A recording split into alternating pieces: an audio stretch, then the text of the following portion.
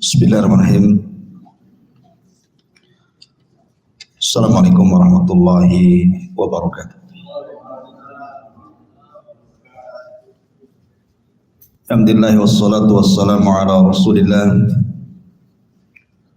wa ala alihi wa sahbihi wa mawalah wa la hawla wa la quwwata illa billahi wa ba'du.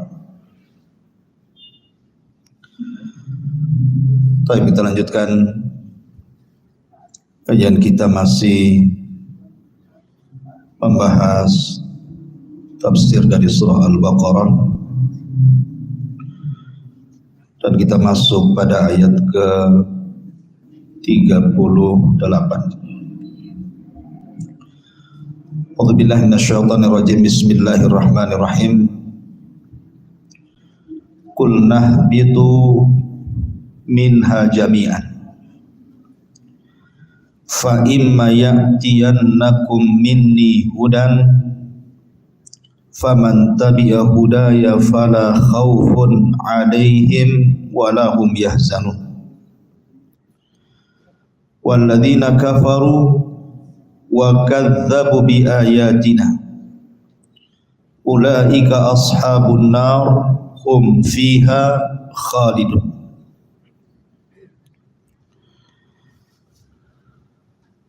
Allah Subhanahu wa ta'ala berfirman, turunlah kalian semuanya dari sorga. Kemudian jika benar-benar datang petunjukku kepada kalian, maka barang siapa yang mengikuti petunjukku, tidak ada rasa takut pada mereka dan mereka tidak akan bersedih hati. Adapun orang-orang kafir dan mendustakan ayat-ayat kami, mereka akan menjadi penghuni neraka dan mereka akan dikekalkan di dalamnya selama-lamanya. Ma'asyiral muslimin yang dimuliakan Allah Subhanahu wa ta'ala, surah Al-Baqarah ayat 38 dan juga 39. Di sini akhir daripada kisah Nabi Allah Adam alaihi salatu wassalam yang dicantumkan dalam permulaan surah Al-Baqarah. Jadi ketika Allah Subhanahu wa ta'ala murka kepada Nabi Allah Adam alaihi salatu wassalam dan juga istrinya Hawa, dan sebelumnya Allah sudah murka kepada iblis, maka Allah Subhanahu wa ta'ala menurunkan 3 makhluk ini semuanya ke bumi. Dan sudah saya ceritakan beberapa khilaf di mana mereka diturunkan. Ada yang mengatakan bahwa iblis diturunkan di lautan, makanya iblis membangun istananya di lautan, berdasarkan hadis Nabi sallallahu alaihi wasallam bahwa istana iblis itu ada di lautan. Adapun Adam dan Hawa, ada yang mengatakan Adam diturunkan di Sri Lanka, di India, dan adapun Hawa turun di Jeddah dan Adam turun di Sri Lanka. Kemudian keduanya dipertemukan. Bagaimana caranya? Yang satu di India Sri Lanka, yang satu pula di Jeddah. Dalam riwayat Israiliyat ada yang mengatakan bahwa Allah Subhanahu wa ta'ala turunkan Hajar Aswad. Hajar Aswad itu batu dari sorga, dulunya putih dan bercahaya. Tetapi Nabi SAW mengatakan sawadathu banu Adam, yang membuat batu yang sangat putih bercahaya itu menjadi hitam adalah Bani Adam. Apa maksudnya? Maksudnya dosa yang dilakukan Bani Adam sehingga menjadi batu itu berubah yang tadinya putih bercahaya menjadi hitam. Makanya disebut Hajar Aswad, batu yang sangat hitam. Lah ketika batu itu diturunkan dari sorga ke bumi, maka itu menandakan sebuah sinyal cahaya bahwa Adam alaihi salatu wassalam kalau ingin mencari Hawa, istrinya yang terpisah, carilah di titik cahaya itu. Begitu juga Hawa. Akhirnya kemudian berjumpalah di Arafah. Maka disebut Arafah karena saling mengenal. Maka daerah itu disebut Arafah.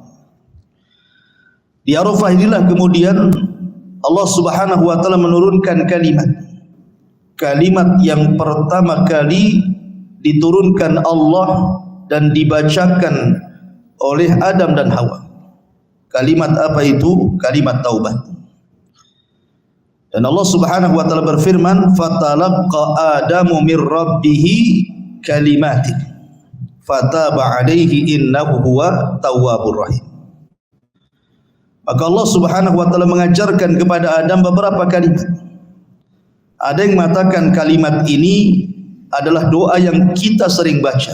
Rabbana zalamna anfusana wa illam taghfir lana wa tarhamna lanakunanna minal khasirin. Doa pengakuan dosa dan permintaan ampun kepada Allah.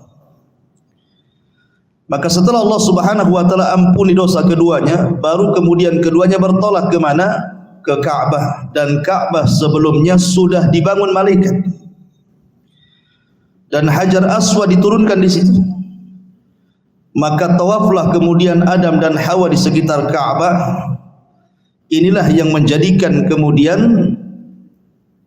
bahwa bumi pertama kali manusia beribadah adalah di sekitar Ka'bah. Makanya Ka'bah itu menjadi mulia karena disitulah bumi pertama kali diibadahi oleh manusia Adam dan Hawa. Terlebih kemudian kemuliaan Ka'bah ini bertambah-tambah saat dilahirkan Nabi SAW,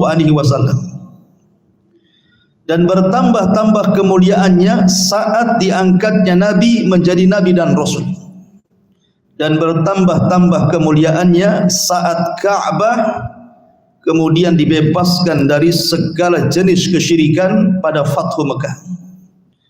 Dan bertambah-tambah kemuliaannya saat Ka'bah dijadikan kiblat bagi seluruh kaum muslimin.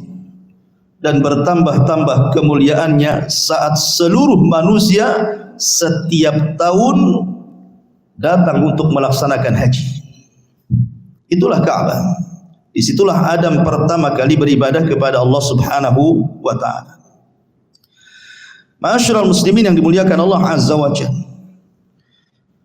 tidak mungkin Adam dan Hawa hidup berdua, harus memiliki keturunan.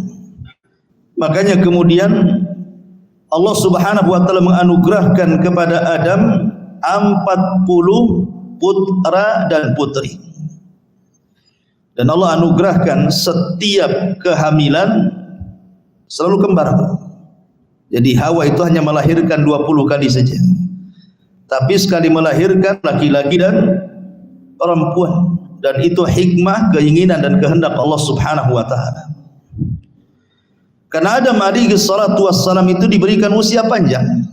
Dalam hadis yang sahih, ketika Allah Subhanahu wa ta'ala menciptakan Adam alaihi salatu wassalam, Allah usap punggungnya.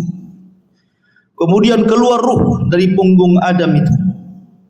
Ruh-ruh yang akan menjadi anak keturunannya sampai kiamat.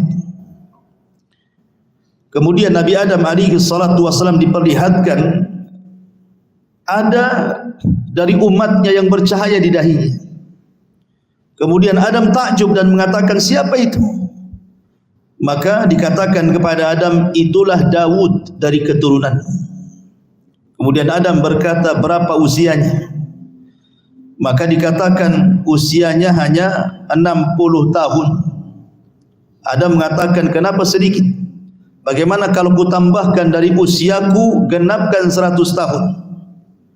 Jadi usia Adam diambil 60 tahun diberikan kepada Nabi Allah Hud.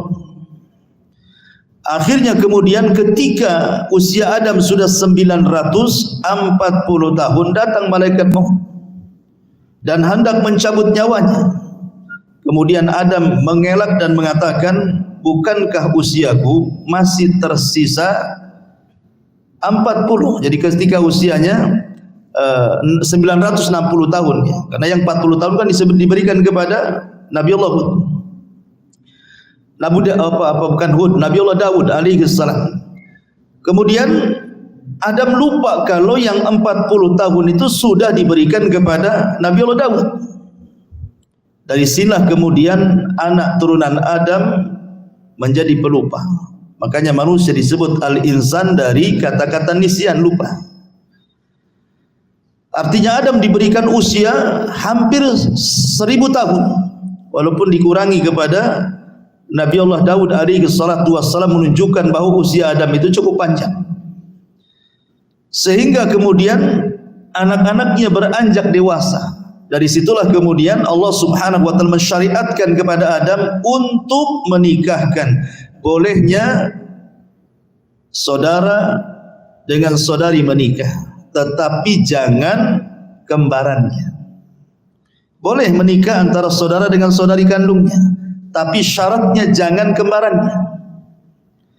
Lah kebetulan dari anak-anak Adam ini yang paling besar adalah Qabil dan Habil. Ada yang mengatakan Qabil itu kakaknya, ada yang mengatakan Habil itu, atau sebaliknya, wallahu a'lam. Karena tidak dijelaskan dalam Quran dan juga hadis Nabi sallallahu alaihi wasallam. Tapi yang jelas bahwa itulah yang dikisahkan dalam Al-Quran, di mana Allah Subhanahu wa taala kemudian memerintahkan Adam untuk memerintahkan putra putrinya menikah, karena tidak ada orang lain masalahnya. Akhirnya kemudian Qabil disuruh menikah dengan kembarannya Habil, dan Habil disuruh menikah dengan kembarannya Qabil. Dari sini iblis datang dan menggoda Qabil dan mengatakan, wahai Qabil, lihat kembaran Habil itu tidak cocok untukmu, kurang cantik, tapi lihat kembaranmu cantik. Akhirnya kemudian Qabil pun terpengaruh dengan syaitan, kemudian ditanamkan hasad. Makanya para ulama mengatakan seperti Imam Ibnul Qayyim rahimahullahu ta'ala, bahwa penyakit hati yang pertama kali muncul di langit dan muncul di bumi adalah hasad. Adapun di langit hasadnya iblis kepada Adam, adapun di bumi hasadnya Qabil kepada Habil. Makanya kenapa hasad itu sangat bahaya dalam Islam, sampai Nabi SAW mengatakan, iyyakum wal hasad, hati-hati kalian jangan hasad, karena hasad itu bisa membakar pahala kalian seperti api membakar kayu bakar, kata Nabi. Ma'asyiral muslimin yang dimuliakan Allah Azza wa Jalla. Akhirnya kemudian Qabil pun marah. Dia datang kepada saudaranya Habil, mulailah mengancam, kalau engkau tetap mengambil sembahku, la aqtulannak, saya akan bunuh kamu. Tapi Habil adalah orang baik, dia mewarisi sifat-sifat Nabi Adam alaihi salatu wassalam. Tentu kalau kita punya anak banyak, mungkin kita punya anak 5 atau 6 atau 7, tentu di antara anak-anak kita itu pasti ada yang salah satunya yang kita sukai. Mungkin kecerdasannya, mungkin ketampanannya, pasti adalah. Pasti hati kita itu cenderung kepada salah satu dari mereka. Apalagi kalau seandainya sudah tampan, baik, cerdas, hafal Quran, oh, tentu makin senang kan begitu. Maka Habil itu anak kesayangan Adam karena mewarisi sifat-sifatnya. Lah Habil ini tidak seperti Qabil. Makanya ketika kemudian Qabil mengancam, la aqtulannak, saya akan bunuh kamu, Habil hanya mengatakan, la imbasatta yadaka litaktulani ma ana bibasiti yadiya ilaika liaqtulah. Kalau engkau ingin membunuhku silahkan, tapi saya tidak hendak membunuhmu. Lihat bagaimana bahasanya, la imbasatta, kalau engkau bentangkan tangan, litaktulani, untuk membunuhku, ma ana bibasiti yadiya ilaika liaqtulah, tidak mungkin tanganku akan membunuh badanmu. Kenapa alasannya? Inni akhafullah, kata Habil, karena aku takut kepada Allah Subhanahu wa ta'ala. Inni akhafullah, saya takut kepada Allah. Ma'asyiral muslimin yang dimuliakan Allah Azza wa Jalla. Dari sini kemudian karena melihat kondisi Qabil dengan Habil ini cekcok, maka Adam alaihi salatu wassalam berusaha untuk mencari solusi. Berdoalah dia kepada Allah Subhanahu wa taala. Akhirnya Allah Subhanahu wa taala mensyariatkan kepada Adam untuk disampaikan kepada dua putranya untuk berkurban. Siapa yang diterima kurbannya, maka dia berhak memilih pasangannya. Akhirnya kemudian Habil berkurban dengan kambing yang sangat gemuk, yang sangat indah, yang sangat baik. Tapi Qabil karena dia adalah petani, sementara Habil kan peternak, dia mengambil buah-buahan. Tapi karena sudah hasad sebelumnya dan dia menganggap bahwa ini rekayasa ayahnya, sehingga dia tidak sungguh-sungguh dalam berkorban. Dia mengambil buah-buahan sesuka hatinya. Harusnya kalau ini adalah persembahan kepada Allah Azza wa Jalla, dia mempersembahkan yang terbaik kan begitu. Tapi karena sudah sakit hati, sudah hasad, maka dia asal-asalan kurbannya. Akhirnya Allah Subhanahu wa taala hanya menerima kurbannya Habil dan menolak kurbannya Qabil. Dari sini Allah Subhanahu wa taala berfirman, "Watlu 'alaihim naba abnai Adam bil haqq. Idz qarraba qurbanan fatuqbila min ahadihima wa lam yutaqabbal minal akhar."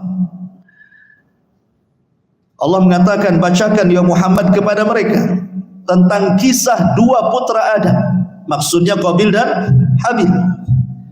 Ketika keduanya berkurban, tapi Allah Subhanahu wa taala menerima kurban salah satunya dan menolak kurban yang lainnya. Kenapa? Karena salah satu dari putra Adam yang bernama Habil betul-betul berkurban karena takwa, sementara Qabil berkurban bukan karena takwa. Makanya kemudian Habil mengatakan, innama yataqabbalullahu minal muttaqin. Sesungguhnya Allah Subhanahu wa taala hanya menerima kurbannya dari hamba-hamba Allah Subhanahu wa taala yang bertakwa. Dari sini pentingnya sebuah kaidah atau sebuah faedah bahwa di dalam berinfak itu harus didasari takwa dan ikhlas kalau ingin diterima. Karena itu syarat Allah Subhanahu wa taala, thayyibun la yaqbalu illa thayyiban. Allah itu baik, tidak menerima kecuali yang baik-baik. Termasuk juga keikhlasan daripada orang yang berkorban. Habil ini orangnya ikhlas, kurbannya juga baik, diterima oleh Allah. Tetapi Qabil ini sudah tidak ikhlas karena hasad, yang dikorbankan pun tidak baik, ditolak. Makanya ada ulama mengatakan, kalau seandainya sepanjang hidupku aku tahu satu kali sujud saja diterima oleh Allah Subhanahu wa taala, itu sudah cukup bagiku. Kalau seandainya seluruh ibadahku aku tidak tahu diterima atau tidak, tetapi aku tahu bahwa satu kali sujud saja, sujud ini diterima oleh Allah Subhanahu wa taala, itu sudah cukup. Kenapa? Karena tidak mungkin Allah Subhanahu wa taala menerima sebuah ibadah kecuali karena dia takwa. Berarti ketakwaan itulah yang menjadikan amalan kita diterima. Tapi masalahnya kan kita tidak tahu amalan mana yang diterima oleh Allah, kan kita tidak tahu. Karena kita tidak pernah ditampakkan mana yang diterima, mana yang ditolak kan. Karena kita tidak tahu mana yang ditampakkan, mana yang ditolak, makanya kata Nabi SAW, la tahkiranna minal ma'rufi syai'an walau antalqa akhaka biwajhin talqin. Jangan remehkan sekecil apapun kebaikan, walaupun hanya melemparkan senyum kepada saudaramu. Boleh jadi senyum kita kepada saudara kita itu pula yang menjadikan jalan kita membuka pintu surga kan. Karena terkadang amalan besar itu mudah tersentuh ria, tapi amalan kecil itu terkadang lebih ikhlas dibandingkan amalan yang besar. Maka jangan remehkan sekecil apapun kebaikan. Ma'asyiral muslimin yang dimuliakan Allah Azza wa Jalla, singkat cerita, akhirnya kemudian betul-betul Qabil pun kemudian melaksanakan sumpahnya di hadapan Habil. wallahi la aqtulannak, demi Allah saya akan bunuh kamu.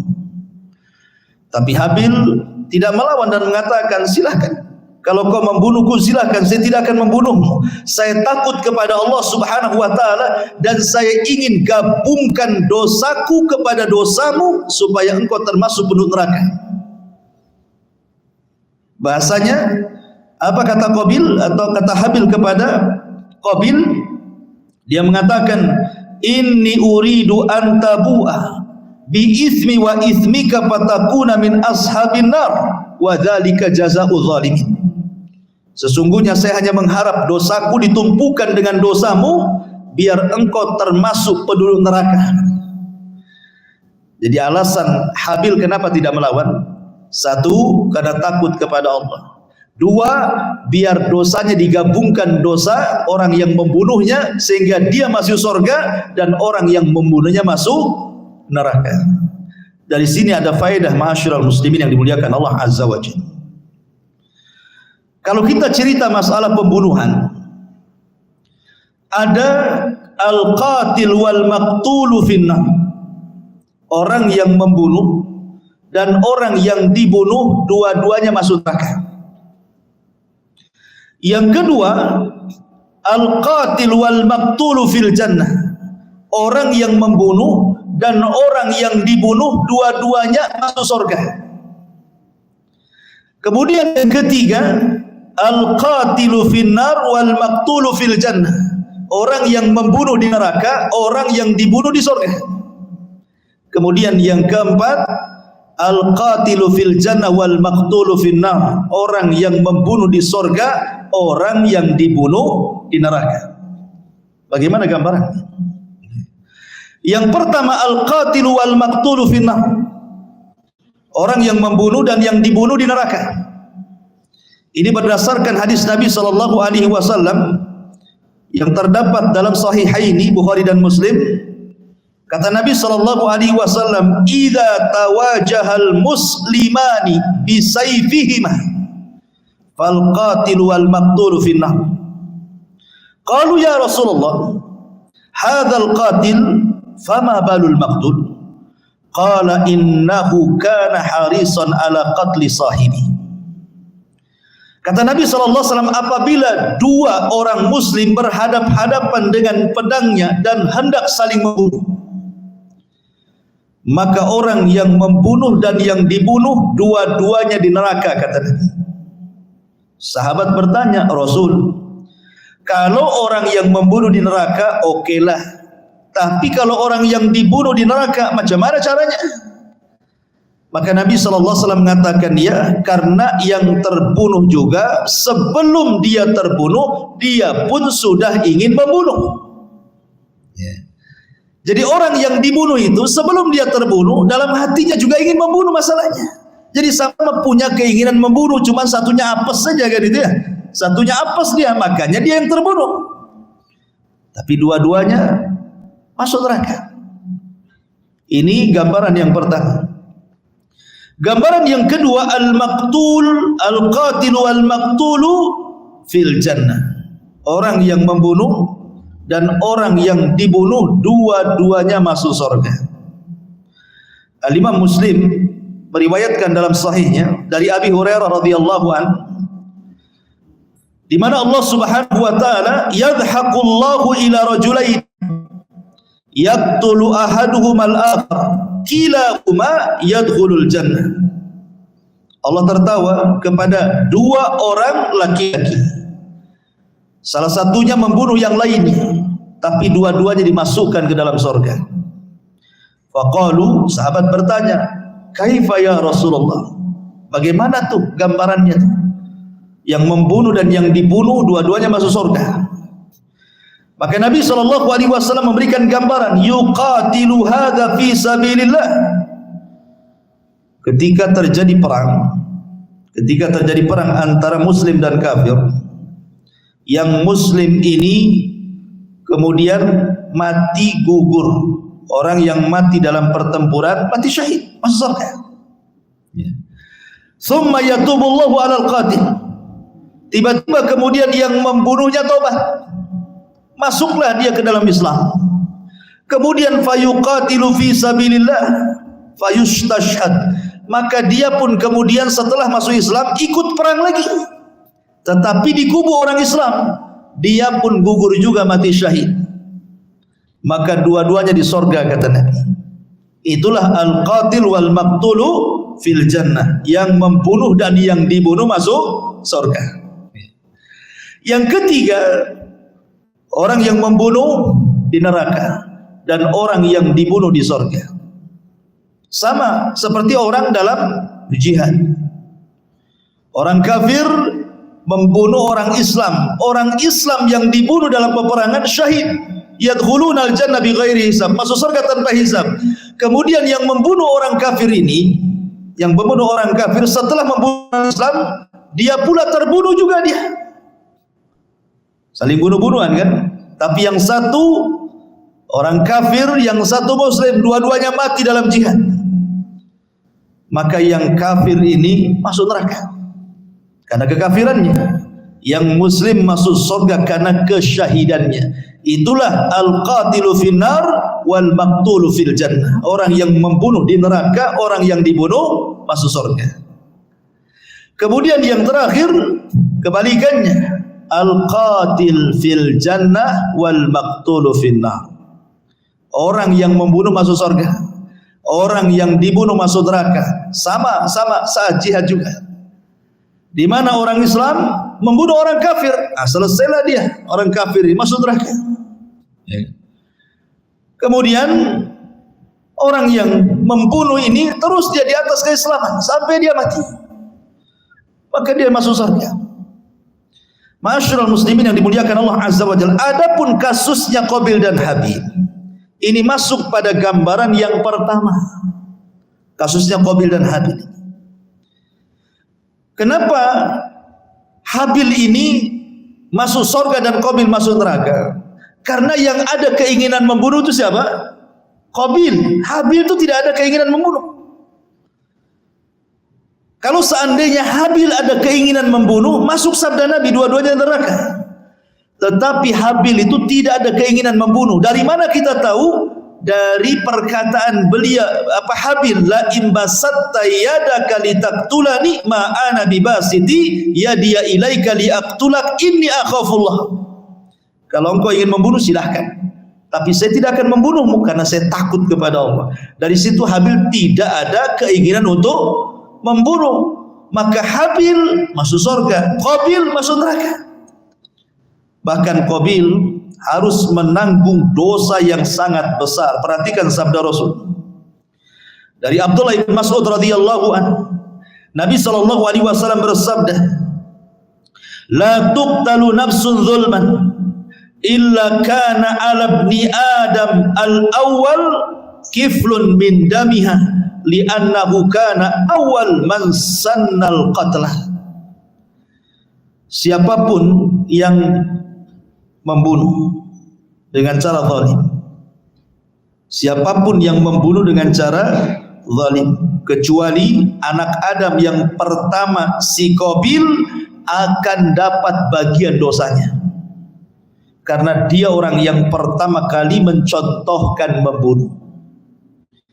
Jadi kalau sejak zaman Qabil sampai hari ini ada orang yang membunuh dengan cara zalim, otomatis orang yang membunuh itu kan dosa. Ribuan orang yang sudah membunuh, otomatis ribuan dosa ini si Qabil juga akan nanggung dosanya.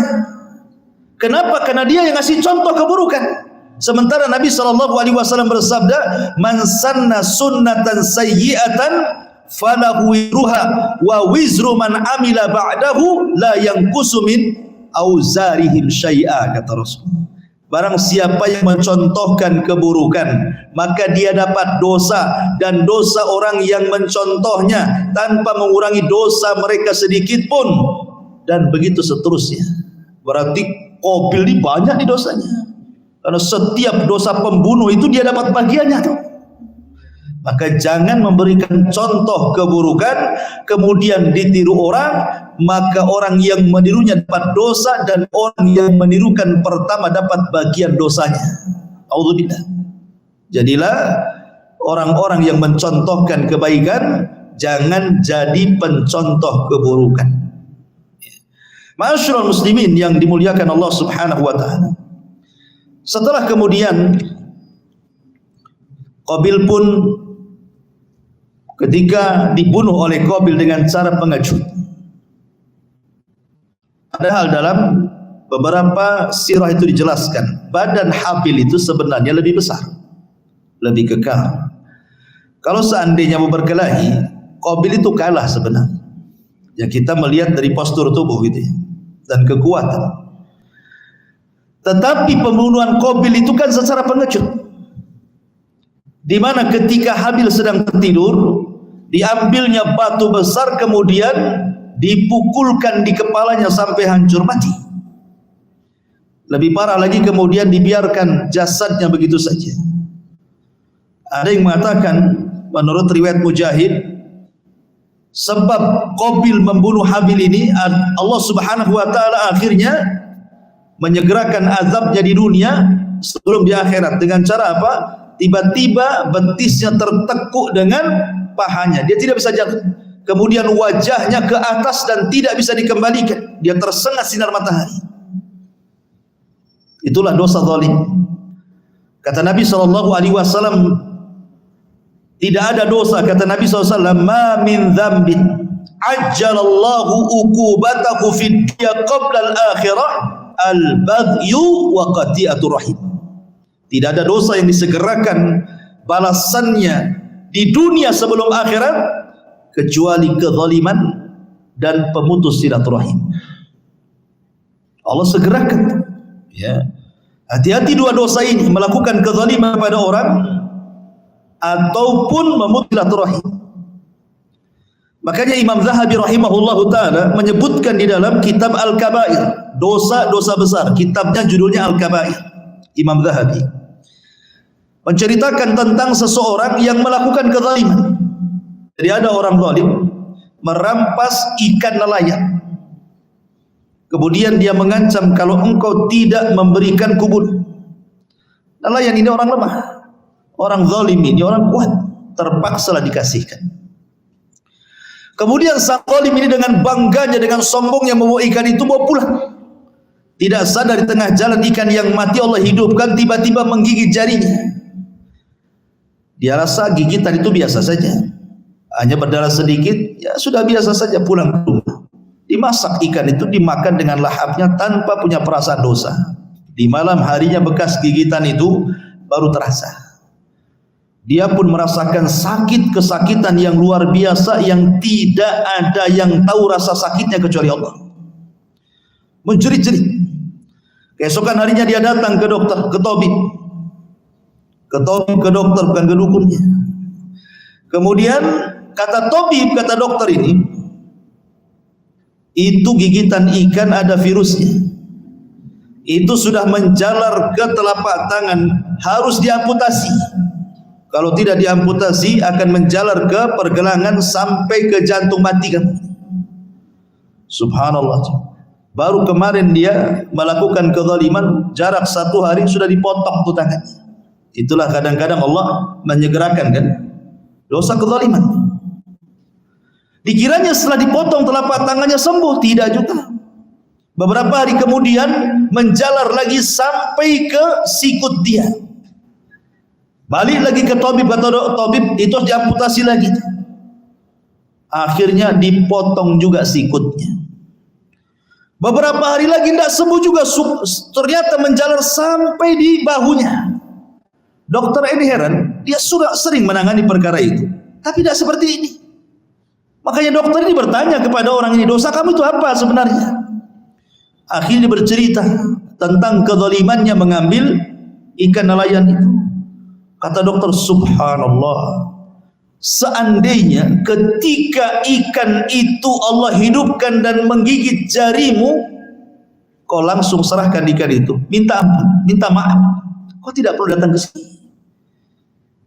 Tapi ini semua sudah takdir Allah Azza wa Jal. Sebelum ku potong bahumu, sebaiknya kau datangi nelayan yang ku ambil ikannya itu, minta maaf, minta redhonya. Mudah-mudahan dengan cara itu Allah sembuhkan penyakitmu. Cari dia. Ya. Setelah ketemu, Akhirnya dia mengatakan, samihni ya fulan, maafkan dosa-dosaku wahai fulan. Lah ini bingung, siapa orang ini? Kemudian diceritakan, saya seorang orang zalim yang telah mengambil ikanmu pada waktu-waktu yang kemarin-kemarin, tolong maafkan saya. Akhirnya kemudian karena melihat kondisinya yang kasihan, dimaafkanlah sang nelayan ini. Ketika dimaafkan, hilang rasa sakitnya. Kemudian sebelum dia pergi, orang zalim yang sudah bertobat ini mengatakan kepada sang nelayan ini, wahai bapak, ketika saya ambil ikan, saya melihat bibirmu bergerak-gerak. Kamu ngomong apa? Gitu. Akhirnya kata sang nelayan, tidak, aku tidak bicara apapun kecuali hanya berdoa kepada Allah. Hanya mengatakan, ya Rabb, sesungguhnya aku ini orang lemah, di hadapanku orang kuat. Arini quwwataka ya Rabb, tolong tampakkan kekuatanmu kepadaku. Hanya itu saja. Ya. Rupanya manjur doa orang yang dizalimi mustajab. Ingat, doa orang yang dizalimi itu mustajab, karena orang yang menzalimi itu dia bisa nyenyak tidur, orang yang dizalimi tidak pernah nyenyak tidur. Makanya dia bermunajat tiap malam untuk melaknat orang yang menzaliminya. Hati-hati tuh. Ya. Karena orang yang mazlum yang dizalimi ini kalau sudah berdoa tidak ada hijab antara dia dengan Allah, melesat walaupun yang dizalimi itu orang kafir. Ma'asyiral muslimin yang dimuliakan Allah Azza wa Jalla, akhirnya setelah dimaafkan dan dia pun menyesal, maka dia pun hendak datang ke dokter tadi. Tapi sebelum dia datang ke dokter tadi, menghabarkan bahwa sakitnya sudah hilang, dia datang ke orang-orang, datang ke pasar-pasar, datang ke keramaian orang dan mengatakan, man ra'ani falam yadlim minhu ahada. Siapapun yang melihat aku, tolong jangan berbuat zalim. Tampakkanlah bekas amputasinya itu. Lah, Imam Zahabi mencantumkan kisah ini dalam kitab Al-Kabair, dosa-dosa besar. Ya. Nah di sini lihat bagaimana Habil ketika dibunuh oleh Qabil secara zalim, maka Allah berikan hukuman kepada Qabil kan itu. Makanya Rasul mengatakan tidak ada dosa yang disegerakan hukumannya di dunia sebelum akhirat. Salah satunya al-baghyu, kezaliman, wa qati'atur rahim, dan orang yang memutus silaturahim. Ketika kemudian Qabil sudah membunuh Habil, maka disinilah cerita peradaban dimulai. Manusia mulai terpisah jadi dua. Setelah Qabil membunuh Habil, dia malu berjumpa dengan Adam bapaknya. Akhirnya dia bawa istrinya kembarannya untuk menjauh dari kabilahnya Adam yang ada di perbukitan. Dia memilih ke lembah. Akhirnya kemudian Qabil dan juga istrinya beranak pinak di lembah itu, sementara Adam alaihi salatu wasallam berada di perbukitan dan bersama anak dan cucunya.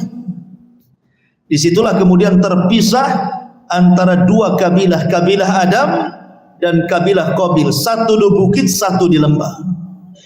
Dan Adam mulai memberlakukan tidak boleh orang bukit kemudian turun ke bawah.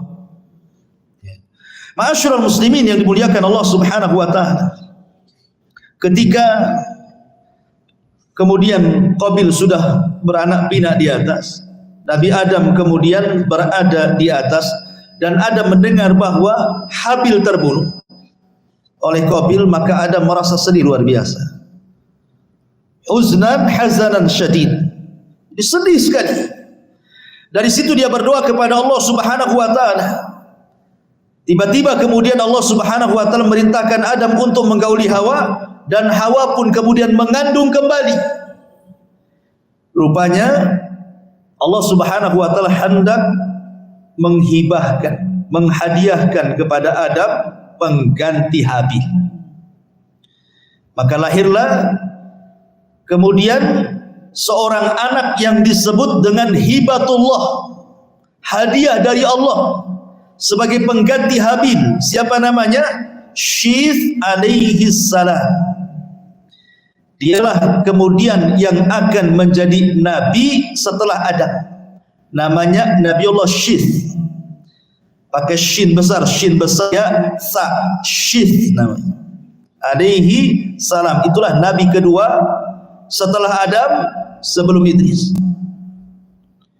Lah Nabi Allah Syith ini, ikhwatu fillah yang dimuliakan Allah Subhanahu wa taala, dijelaskan bahwa dia diberikan sahifah. Awalnya dia mengikuti syariatnya Adam alaihi salatu wassalam, tetapi setelah kemudian besar, Syis kemudian diberikan kitab oleh Allah Subhanahu wa taala berupa suhuf. Dan itu digambarkan dalam sebuah riwayat di mana dijelaskan oleh para ulama, di antaranya riwayat Imam Ibnu Hibban dari hadis Ibrahim ibn Hisham dari Yahya ibn Yahya al-Ghassani. Dia mengatakan haddatsana abi, telah menceritakan kepada kami bapakku, an jaddi dari kakekku, an Abi Idris al-Khawlani, dari Abi Idris al-Khawlani, an Abi Dzar al-Ghifari, dari sahabat Abi Dzar al-Ghifari radhiyallahu anhu. Dia mengatakan, dakhaltul masjidah, kata Abi Dzar, aku masuk ke masjid Nabi. Fa idza Rasulullah sallallahu alaihi wasallam jalisun wahdah, aku melihat Rasul sedang duduk sendirian. Maka aku hampiri Rasul. Kemudian kata Abi Dzar, dia mengatakan, ya Rasulullah, kam kitaban anzalallahu. Rasul, berapa sih kitab yang Allah turunkan itu? Maka Nabi SAW mengatakan, mi'atu kitabin wa arba'atu kutubin. Allah turunkan 100 suhuf dan 4 kitab. 100 suhuf dan 4 kitab. Kemudian kata Rasulullah SAW, unzila ala syith khamsuna sahifatan wa unzila ala akhnuh. Akhnuh itu maksudnya Idris. Salasuna sahifatan wa unzila ala Ibrahim asyru wa unzila ala Ibrahim asyru sahaif wa unzila ala Musa qabla Taurati asyru sahaif wa unzila Taurat wal Injil wal Zabur wal Furqan. Kata Nabi SAW, Allah turunkan 100 suhuf dan 4 kitab. Diturunkan kepada Nabi Syith 50 suhuf. Diturunkan kepada Idris 30 suhuf. Diturunkan kepada Ibrahim 10 suhuf. Diturunkan kepada Musa 10 suhuf, bukan Taurat. Kemudian Allah turunkan Taurat setelahnya, kemudian Injil, kemudian Zabur, kemudian Quran. Hadis ini dikatakan oleh Al-Hafidh Ibnu Rajab rahimahullahu taala, walaupun hadis ini dikeluarkan oleh Imam Ibnu Hibban dalam sahihnya, di dalam Al-Ihsan fi Taqrib Sahih Ibnu Hibban, tapi ada catatan dari Imam Ibnu Rajab Al-Hambali dalam Fathul Bari, wa qad ruwiya min wujuhin muta'addidatin an Abi Dzarrin wa kulluha la takhlu min maqali. Memang banyak riwayat tentang jumlah kitab yang turun itu, tapi semua ada perbincangan para ulama tentang sanadnya. Tapi intinya bahwa Nabi Allah Syis diturunkan kepada Syis ini 50 sahifah, 50 lembar kitab yang datang dari Allah Subhanahu wa taala. Dengan 50 lembar inilah kemudian Nabi Syis berdakwah, mengajak manusia ke dalam tauhid, mengajak manusia kepada akhlak yang baik. La ma'asyiral muslimin yang dimuliakan Allah Azza wa Jalla, Nabi Syith ini dikenal memang semangat berdakwah dan mewarisi akhlak Adam. Karena ketika Nabi Syith dilahirkan, dia kan masih berjumpa dengan Adam, masih berjumpa ratusan tahun dengan Adam alaihi salatu wassalam, sehingga memungkinkan Adam mendidik Nabi Allah Syith akhirnya menjadi seorang nabi. Bahkan ketika kematian Adam alaihi salatu wassalam dijelaskan, ketika Adam alaihi salatu wassalam meninggal dunia, Adam ini kan masih teringat dengan sorga, karena pernah tinggal di sorga masalahnya, jadi teringat dengan sorga. Jadi dia ngomong sama anak-anaknya, keluarlah kalian, carilah di luar, barangkali ada buah-buahan sorga, bawa kemari. Maka anak-anaknya kemudian nurutlah apa kata bapaknya, karena itu adalah wasiat terakhir kan. Keluarlah anak-anaknya mencari buah-buahan yang mirip dengan buah-buah surga. Di tengah jalan berjumpa dengan malaikat. Kemudian kata malaikat, ila aina tadhhabun, pergi ke mana kalian? Kemudian anak-anaknya ada mengatakan, termasuk Syith di situ gitu ya, kami diperintahkan bapak kami, karena dia sedang sakaratul maut, untuk mencari buah-buahan seperti buah-buah sorga. Kata malaikat, lah ketika itu di tangan malaikat ada kain kafan dari sorga, ada wewangian dari sorga sudah membawa perlengkapan fardu kifayah. Jadi kata malaikat ini kembali kepada rumah kalian. Sesungguhnya ayah kalian sebentar lagi mau meninggal. Akhirnya anak-anaknya kemudian datang dan malaikat maut sudah datang kepada hadapan Adam alaihi salatu wasallam. Ketika melihat itu malaikat, Adam meminta kepada istrinya untuk menyingkir. Kemudian Adam alaihi salatu wasallam pun akhirnya dicabut nyawanya. Maka kemudian malaikat mengajarkan bagaimana caranya fardu kifayah. Mulai dari memandikan, mengkafankan, menyolatkan sampai kemudian menguburkan. Ma'asyiral muslimin yang dimuliakan Allah Azza wa Jalla. Lah dari sinilah kemudian Nabi Allah Syith alaihi salam itu menjadi penerus Adam alaihi salatu wassalam. Dan Syith membuat syariat, meneruskan syariat Adam. Tidak boleh para pengikutnya yang ada di bukit berjumpa dengan para pengikut Qabil yang ada di lembah. Sampai pada waktunya Nabi Allah Syith kemudian meninggal dunia. Ketika meninggal dunia ini, jarak antara Syith ke Idris kan jauh. Ada beberapa abad berlalu tuh. Ya.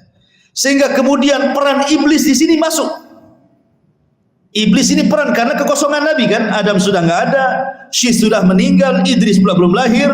Di sini terjadi zaman fatrah. Inilah kesempatan iblis untuk menggoda Bani Adam. Dengan cara apa? Iblis ini ma'asyiral muslimin yang dimuliakan Allah Azza wa Jalla berpura-pura menjelma manusia. Setelah berpura-pura menjelma manusia, dia mencari pekerjaan di salah satu kebun yang ada di lembah di kabilahnya Qabil. Pura-pura mencari pekerjaan, jadi pekerja di kebun. Ya nyangkul ya apalah gitu.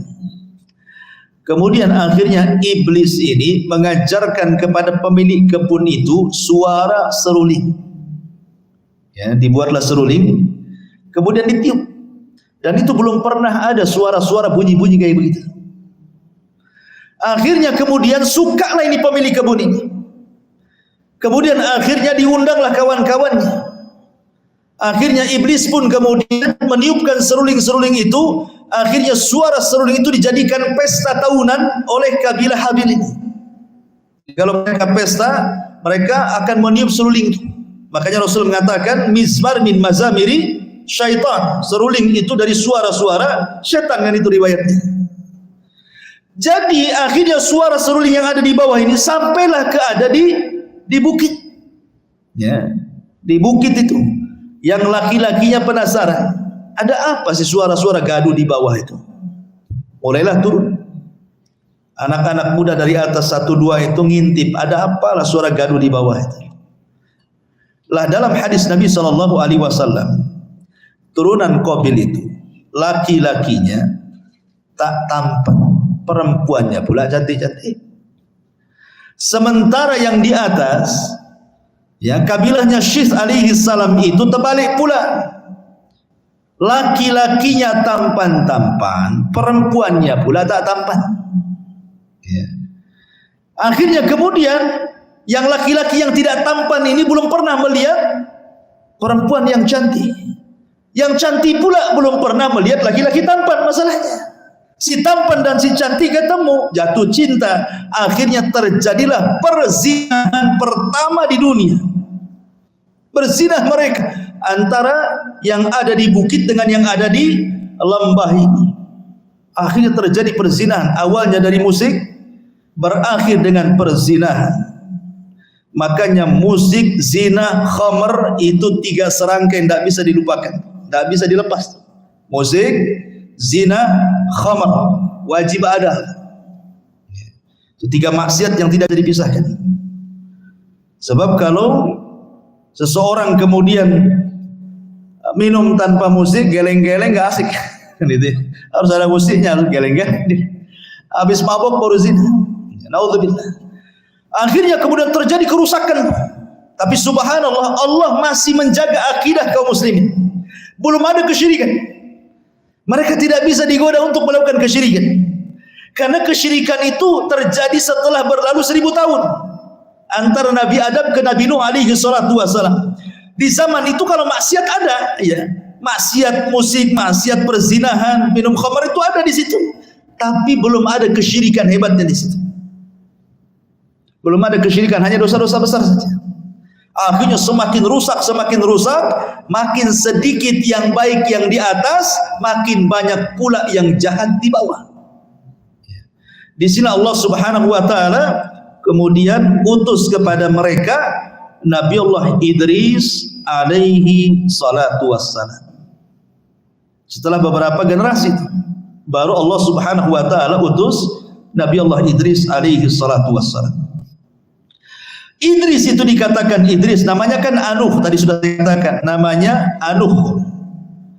Tetapi Idris disebut Idris li kathratid dirasah, karena banyak belajar dia. Idris itu banyak baca, banyak nulis. Karena dia orang yang pertama nulis dengan pena. Dia orang yang pertama baca, mempelajari ilmu bintang, bukan ahli nujum, bukan. Kalau nujum itu dukun, ya ilmu falak gitu ya. Kemudian juga dia orang yang pertama kali menjahit baju.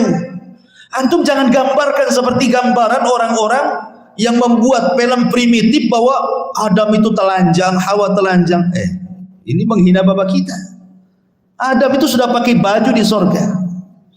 Kemudian ketika diturunkan ke bumi juga Allah katakan di dalam Al-Quranul Karim, ya bani Adam qad anzalna alaikum libasan yuwari sawatikum warisan walibasut taqwa dzalika khair.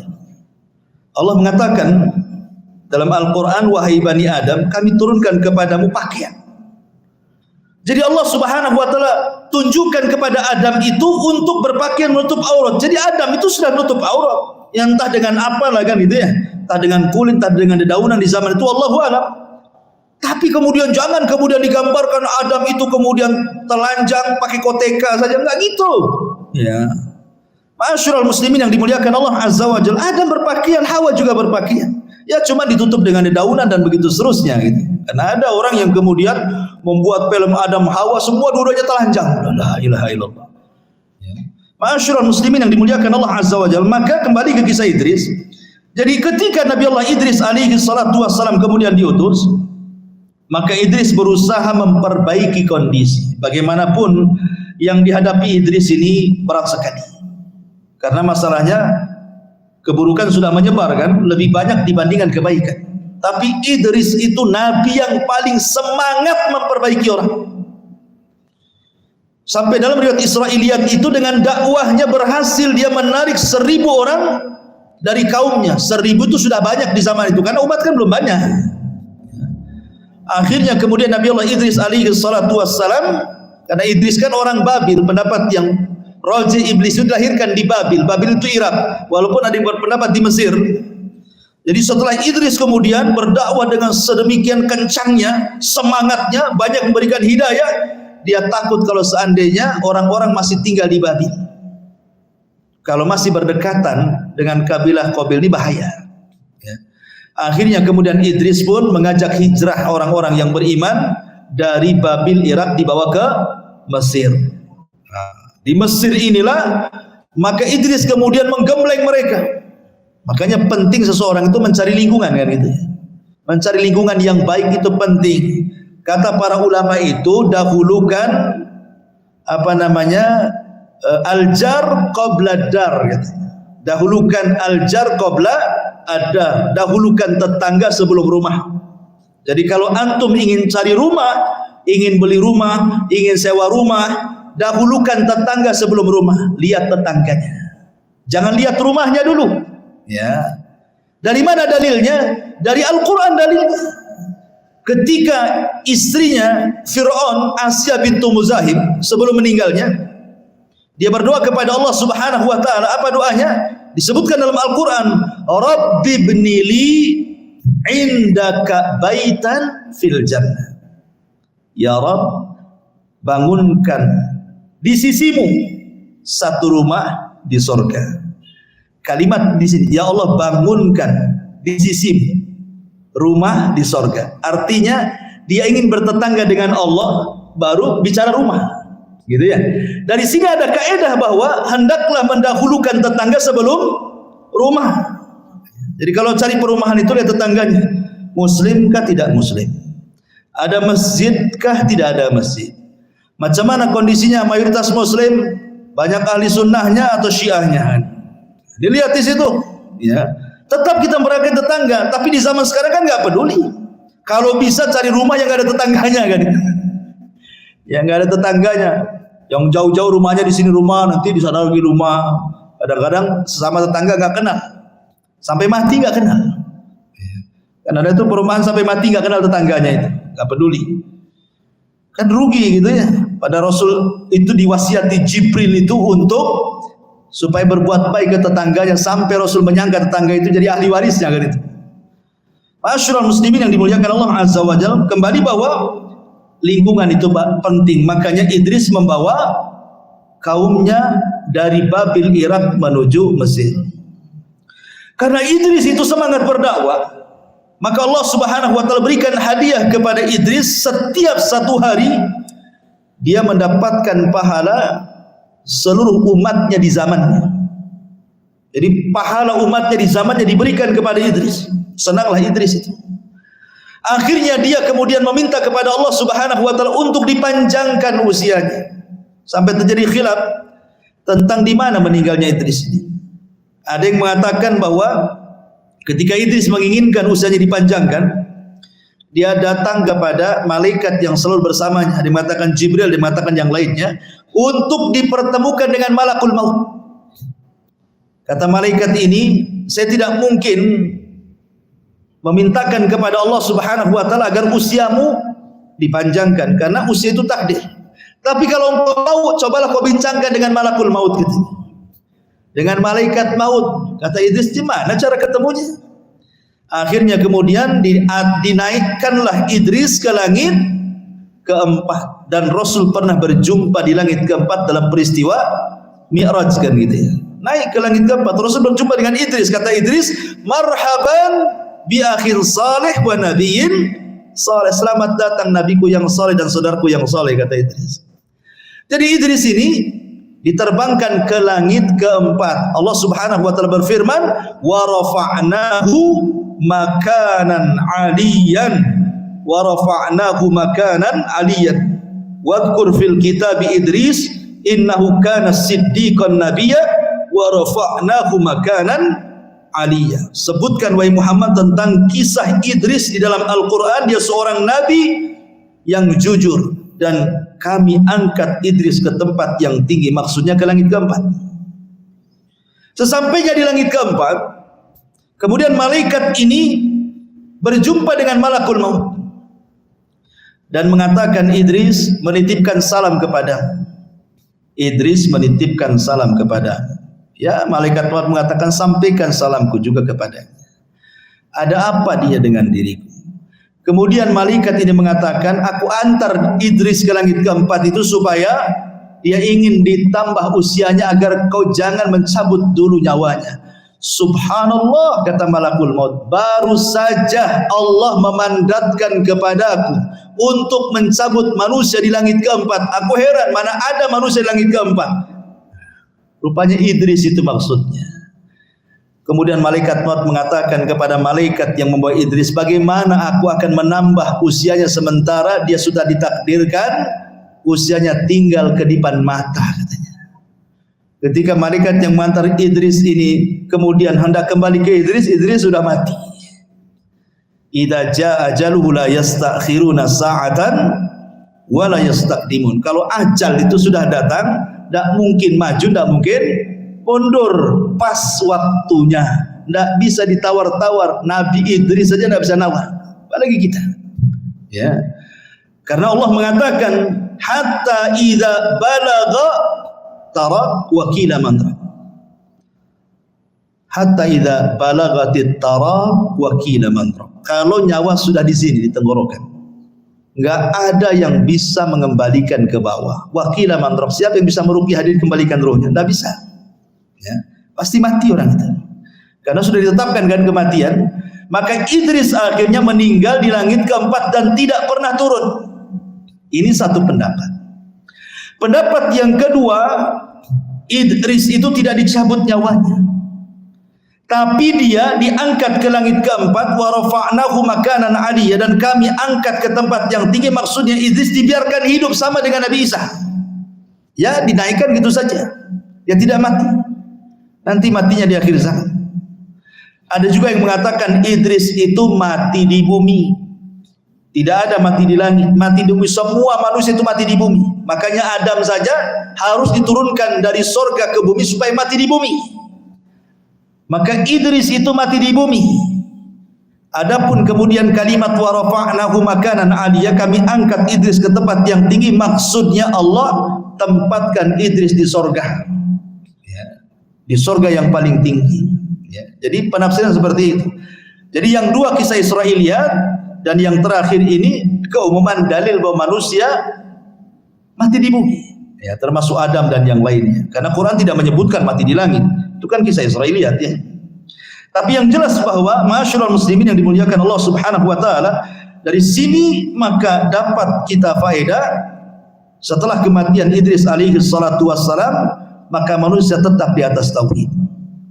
Tapi kemudian setelah Idris sudah berlalu zamannya, kekosongan para nabi, tidak ada nabi dan rasul lagi. Hanya ada orang-orang yang meneruskan syariat Idris alaihi salatu wassalam, maka bergoncanglah hati manusia karena tidak ada rujukan, tidak ada nabi lagi masalahnya. Disitulah hadir sebagai pewaris para nabi, para ulama, orang-orang soleh. Lah kebetulan pewaris para nabi, orang-orang soleh dari kaumnya Idris itu ada keluarga yang disebut dengan Wud, keluarga Wud. Ya. Quran membahasakannya Wad. Allah mengatakan la tadarunna waddan wala suwa'an wala yaghutsa wa ya'uqa wa nasra. Dalam surah Nuh itu, ya. Inilah 5 orang soleh ini yang tersisa. Ini satu keluarga ini, bapaknya Wad, Suwa, Yagus, Ya'uq, Nasr, ini anak-anaknya. Mereka lah yang meruskan perjuangan dakwah Idris alaihi salatu wassalam untuk mengajak manusia ke dalam tauhid. Tapi Allah takdirkan meninggal satu persatu. Wad meninggal, ganti Suwa, Suwa meninggal, ganti Ya'uq, Yagus meninggal, ganti Ya'uq, Ya'uq meninggal, ganti Nasr, tidak ada penggantinya. Sehingga disitulah iblis ada kesempatan. Selama ini iblis tidak bisa menyimpangkan Bani Adam sejauh kecuali hanya sekedar dosa besar. Untuk berbuat syirik tidak bisa. Di sini ada kesempatan. Generasi pertama dipengaruhi dan mengatakan, Idris datang kepada mereka menjelma orang soleh. Karena ketika itu, karena semangatnya mereka kepada orang-orang soleh ini, akhirnya kemudian mereka mendambatkan hati kepada mereka, tidak ada penggantinya. Sehingga iblis datang, sebaiknya kalian buatlah patung, ya, supaya diingatkan jasa-jasa mereka, gitu ya. Letakkan di satu tempat. Jadi sekali-kali kalian kalau ingat mereka itu datang ke situ. Jadi kalau melihat patung mereka itu semangat lagi ibadah kalian. Terpengaruh pula dengan was-was syaitan. Betul-betul dibuat 5 patung, diletakkan di satu tempat khusus, diziarahi. Tidak ada kesyirikan. Hanya menziarahi, melihat semangat. Kalau udah futur melihat semangat, gitu ya. Generasi pembuat patung meninggal, datang pula generasi kedua. Iblis datang lagi dan mengatakan, kenapa kalian capek-capek lah datang ke tempat khusus? Produksi sajalah ke itu patung-patung banyak-banyak. Letakkan di rumah kalian. Ya, makin semangat lagi kalian. Kepengaruh lagi, diproduksilah banyak-banyak. Hampir tidak ada satu rumah kecuali ada patung. Ya, tidak perlu lagi datang ke tempat khusus. Generasi kedua meninggal, generasi ketiga tak tahu apa-apa. Iblis datang lagi dan mengatakan, aku loh hidup di zaman bapakmu, di zaman kakekmu, kata iblis. Kamu tahu nggak apa maksudnya kakekmu buat patung itu? Kakekmu membuat patung itu maksudnya untuk wasilah mendekatkan diri kepada Allah. Ma na'buduhum illa liyuqarribuna ilallahi zulfa. Kami tidak mendekatkan diri kepada Allah kecuali lewat perantara mereka supaya lebih dekat lagi. Nah, mulailah terjadi syirik wasilah di sini. Ya. Akhirnya kemudian mereka pun mulai menjadikan patung-patung itu wasilah beribadah kepada Allah, yang berakhir bukan dijadikan wasilah lagi, belakangan dijadikan sesembahan. Ketika mulai terjadi kesyirikan, disinilah Allah utus Nabi Nuh alaihi salatu wassalam setelah 1000 tahun dari zaman Adam alaihi salatu wassalam. Nuh diutus. Ya. Lah Nuh ini luar biasa perjuangannya, ikhwatul fiddin, dan satu-satunya nabi yang diberikan usia lebih panjang dari bapaknya sendiri, maksudnya kakeknya Adam alaihi salatu wassalam. Dari semua manusia Nuh paling panjang sendiri itu usianya. Ada yang mengatakan 1870, ada yang mengatakan 1500, ada yang mengatakan 1400, pokoknya di atas 1000 lah itu khilafnya. Sehingga Nuh ini berjumpa dengan berbagai macam generasi. Karena Nuh itu panjang usianya kan itu. Makanya Al-Quran sendiri ketika menjelaskan tentang dakwahnya Nabi Nuh itu kan disebutkan alfasanatin illa khamsina ama, dakwahnya saja 1000 tahun dikurangi 50 tahun alias 950 tahun. Tetapi hidayah milik Allah, setiap 20 tahun sekali cuma satu pengikutnya. Jadi selama itu tidak banyak pengikutnya. Ya. Akhirnya kemudian Nuh itu sudah terlampau lama berdakwah, ya kan, 950 tahun, tidak pun ada juga yang menerimanya. Malah semakin berani kaumnya hendak membunuhnya. Disinilah Nuh alaihi salatu wasallam berdoa kepada Allah, Rabbi inni maglubun fantasir. Ya Rabb, aku sudah mau dikalahkan kaumku, tolong aku. Maka Nuh alaihi salatu wasallam berdoa, maka Allah Subhanahu wa taala berikan mukjizat kepada Nuh berupa kapal. Ada yang mengatakan, namanya riwayat Israiliyat, kapal itu ditanam oleh Nuh. Dari biji kemudian tumbuh 100 tahun, setelah 100 tahun diserut, setelah 100 tahun berikutnya 40 tahunnya membuat kapal. Ini cerita Israiliyat, ya kan? Kalau Quran tidak mengatakan seperti itu. Quran itu yang mengatakan, ya Allah turunkan kapal gitu saja. Ya. Allah turunkan bahan-bahannya, kemudian Nuh merangkainya. Jadi bukan diambil dari hutan, enggak. Makanya ada sebagian ulama salaf mengatakan ada makhluk-makhluk Allah itu yang tidak diciptakan dari yang lainnya. Maksudnya seperti hewan dari ibu bapaknya, tidak. Dia langsung ada. Seperti untanya Nabi Saleh, enggak ada ibu bapaknya, langsung keluar dari batu kan gitu ya. Kemudian yang kedua tongkatnya Musa, langsung turun dari surga. Kemudian kapalnya Nabi Nuh, ada yang mengatakan seperti itu. Wallahu a'lam. Ya. Intinya bahwa mujizat Nabi Nuh itu membuat perahu. Disitulah terjadi sukhriyah. Karena Nuh kan sudah tidak berdakwah lagi ya. Karena dia langsung manut dengan Allah, disuruh merangkai kapal, dia rangkai. Disinilah kemudian terjadi mulai cemoohan-cemoohan dari kaumnya dan mengatakan, ya Nuh, dulu engkau seorang nabi, kok sekarang jadi tukang kayu? Gimana ceritanya? Katanya. Jadi diolok-olok gitu ya. Apa sudah resign jadi nabi, kok sekarang jadi tukang mebel gitu? Dibuat diolok-olok ya kan, nggak tahu kalau itu adalah perintah Allah.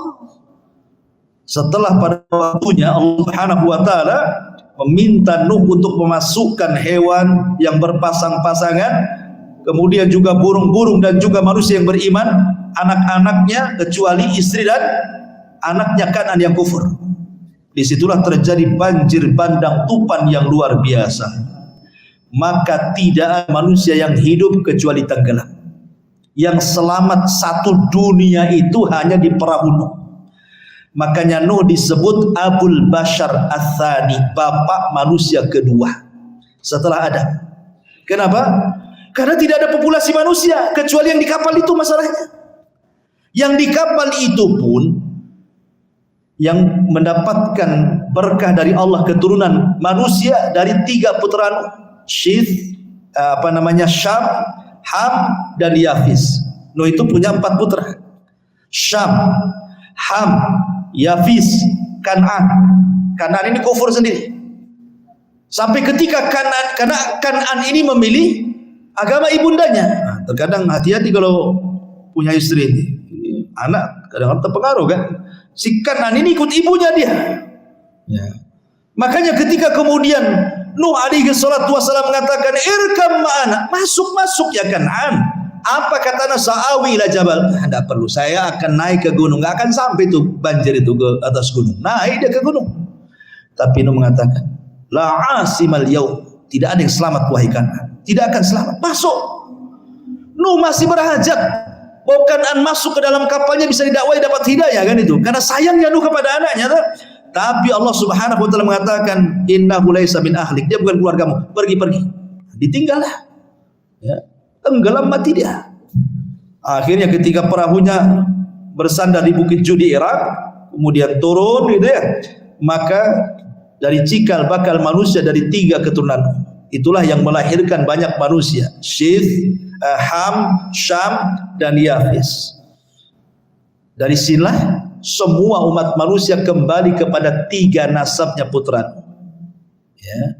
Maka dari putra Nuh ini kemana-mana muncullah para nabi setelahnya. Ada Ibrahim, ada Hud, ada Saleh, ada Syuaib, ada nabi-nabi Bani Israel, sampai kepada Rasul kita Muhammad sallallahu alaihi wasallam.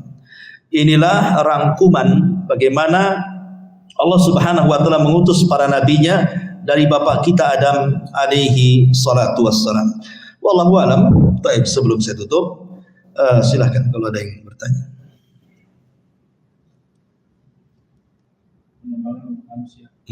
Kalau dari itu enggak. Kalau putra-putra Nuh alaihi salatu wassalam itu berpencar. Ya, ada yang mengatakan bahwa satu perahu itu banyak perempuannya, laki-lakinya cuman putra-putra Nuh saja. Karena kemudian putra-putra Nuh ini kemudian menyebar. Ya, sehingga menyebar inilah Rasul mengatakan bahwa Arab dari keturunan Syam, bangsa Arab, dan seluruh para nabi dari keturunan Syam, semua para nabi. Ya. Adapun Ham itu ke arah Afrika dan sekitarnya, sehingga turunan orang-orang berkulit hitam itu dari Ham. Ya. Adapun Yafis ini ke arah Asia. Yafis ini. Ya, Yafis ini melahirkan beberapa kabilah termasuk Ya'juj wa Ma'juj. Itu dari Yafis. Ya, orang-orang Afrika, orang-orang Asia kayak kita ini turunan Yafis. Makanya ada orang yang menyangka jangan-jangan Cina itu Ya'juj wa Ma'juj katanya. Tidak. Cina pula Ya'juj wa Ma'juj. Ya'juj wa Ma'juj kabilah tersendiri. Dia sudah dibenteng oleh Dzulqarnain di sebuah tempat yang tidak ada yang kecuali Allah, dan akan keluar nanti itu tanda-tanda kiamat besar. Tanda-tanda kiamat besar. Karena ada orang yang kemudian mentakwil hadis-hadis akhir-akhir zaman itu dengan takwilan yang aneh-aneh. Dajjal itu bukan manusia, Dajjal itu simbol barat katanya. Oh, itulah simbol barat, Dajjal. Dajjal itu manusia. Makanya Rasul SAW menyamakan dengan manusia. Sebutkan ciri-cirinya. Termasuk Ya'juj Ma'juj. Ya, disebutkan ciri-cirinya kan. Mereka seperti bangsa Turuk, bulat-bulat seperti orang Asia. Jadi anak-anaknya Nuh menyebar di satu dunia ini ya, semua kembali kepada 3 putra Nuh alaihi salatu wassalam. Wallahu a'lam. Baik, sampai di sini kita tutup. Subhanallahi wa bihamdika asyhadu an la ilaha illa anta astaghfiruka wa atubu ilaik. Allahu